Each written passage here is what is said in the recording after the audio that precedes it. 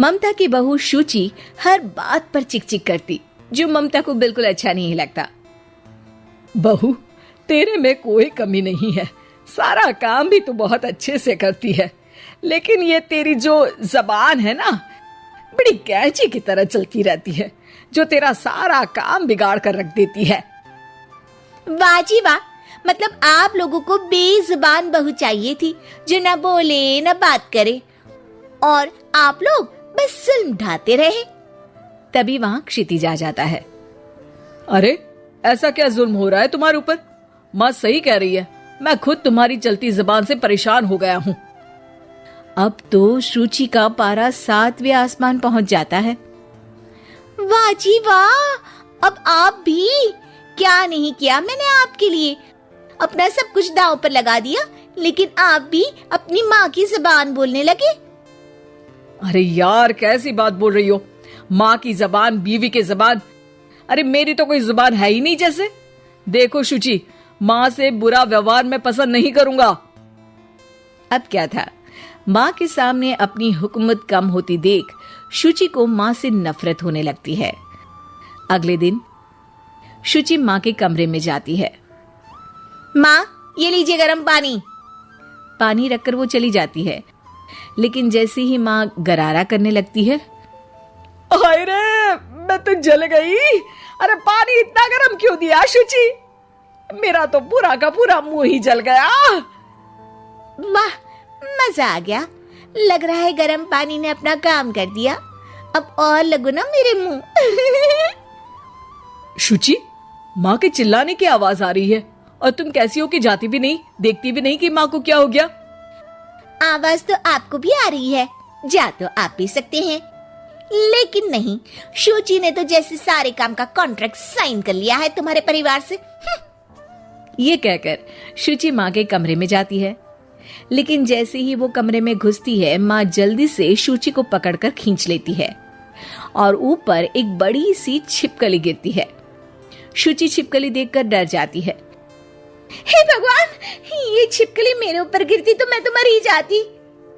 हाँ बेटा, मैं जानती हूँ कि तू छिपकली से डरती है, और समय पर मेरी नजर पड़ गई, ऐसे मेरा मुंह जल गया है। प्लीज कुछ कर, रहा नहीं जा रहा है। शुचि को अपने किए पर पछतावा होता है और भागकर सास को बर्फ देती है। ये लीजिए, इसे मुंह में रख लीजिए, और गलती तो वैसे आपकी भी है, चेक करना चाहिए था ना आपको कि पानी कितना गर्म है।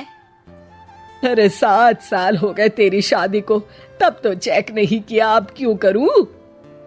वाह जी वाह, यहाँ भी मेरी ही गलती है। अरे इंसान हूँ, मशीन नहीं जो हमेशा सही रहूं।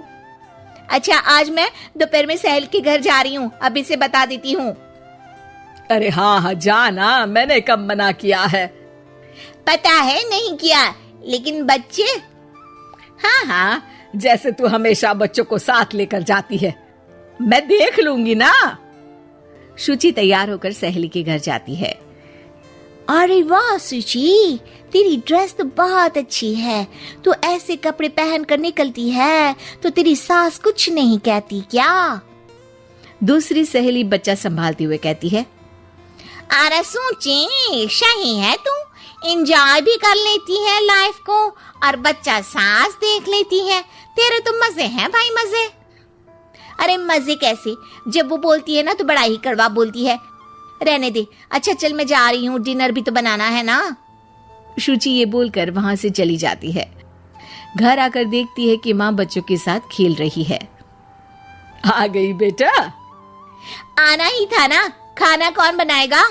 फिर रात होते ही सब चिल्लाने लगेंगे, खाना खाना, और फिर सबको मौका मिल जाएगा ना मुझे कहने का कि मैं सही हूं ही नहीं, खाना भी नहीं बनाती हूँ, और आप आप तो सबसे पहले बोलेंगी।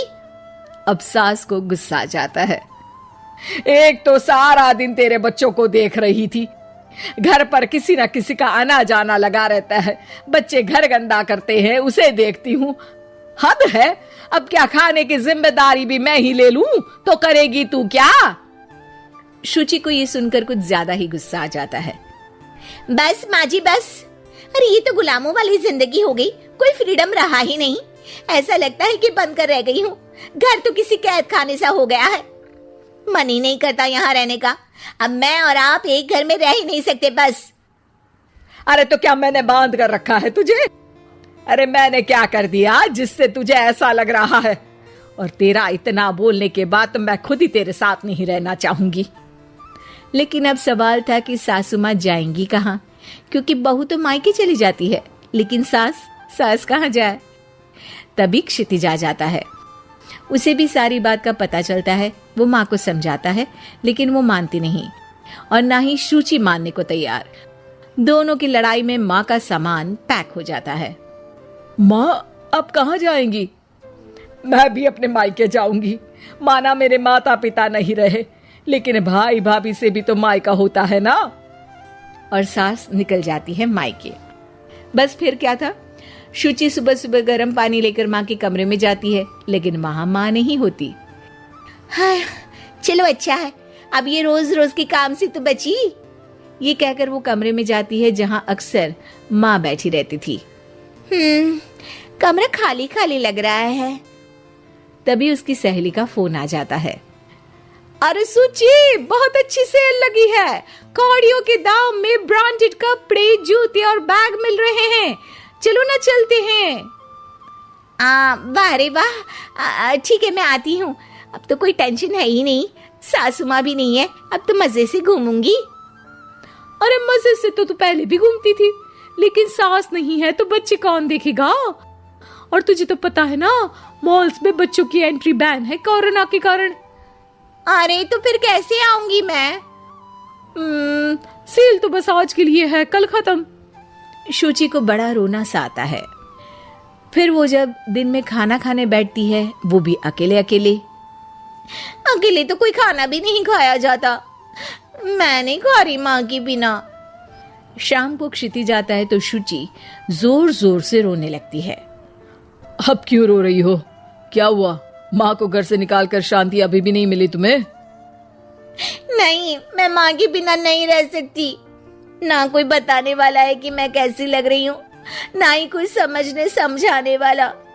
मैं माँ के बिना नहीं रह सकती। चलो माँ को ले आते हैं।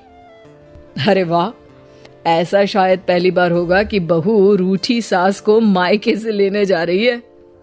दोनों सास को लेकर घर आते हैं और अगले दिन से फिर वही शुरू।